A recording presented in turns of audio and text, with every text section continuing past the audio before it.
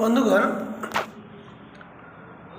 আগামী 28শে নভেম্বর সর্বভারতীয় জমিয়তে উলামায়ে হিন্দের পশ্চিমবঙ্গ শাখার পক্ষ থেকে কলকাতা রানী রাসমণি রোডে ওয়াকফ সংশোধনী বিলের বিরুদ্ধে একটি প্রতিবাদ সভার ডাক দেওয়া হয়েছে। জনাব মাওলানা সিদ্দিকুল্লাহ চৌধুরী সাহেবের নেতৃত্বে এই ওয়াকফ সংশোধনী বিলের বিরুদ্ধে জোরদার লড়াইয়ে আপনারা সকলে সেখানে সামিল হওয়ার চেষ্টা করুন।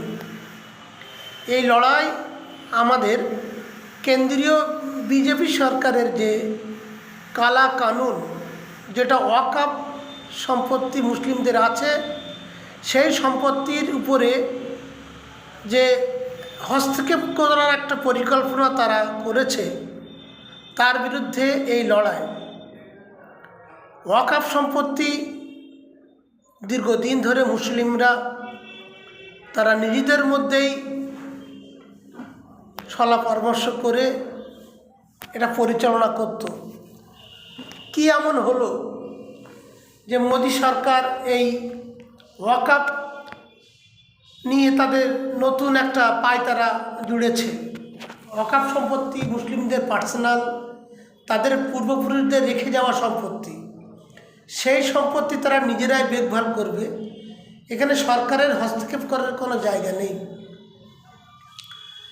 ভারতবর্ষে যে ওয়াকফ সম্পত্তি আছে, সাচার কমিটির রিপোর্ট অনুযায়ী প্রায় 6 লক্ষ একর সম্পত্তি ওয়াকফ।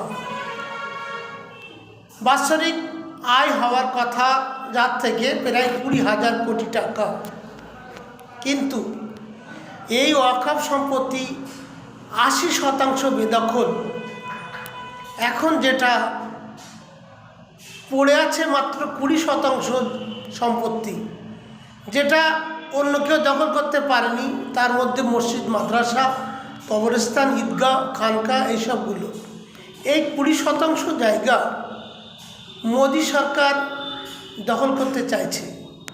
তারা সেখানে যে মোতাল্লিক কমিটি আছে, ওয়াকফের যে মোতাল্লিক কমিটি আছে, ওয়াকফ কমিটি, এটা ভিন্ন ভিন্ন জায়গায় একটা আলাদা আলাদা কমিটি থাকে।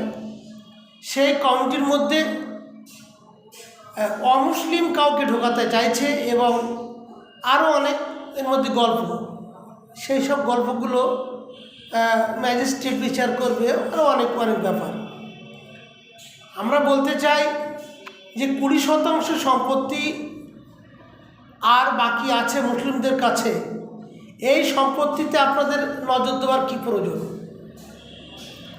কিন্তু কেন্দ্রীয় মোদি সরকার, বিজেপি যে সরকার, আরএসএস প্রচালিত সরকার, এই মোদি সরকার মুসলমানদের ভালো চায় না।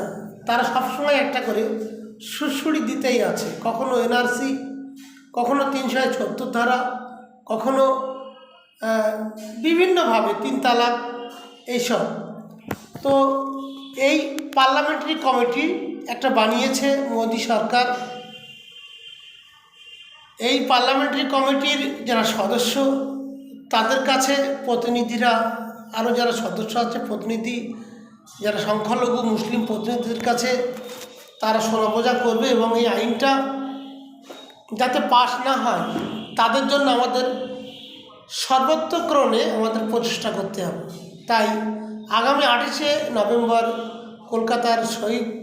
কলকাতার রানী রাসমণি রোডে হাজির হওয়ার জন্য সকলের কাছে অনুরোধ রইল।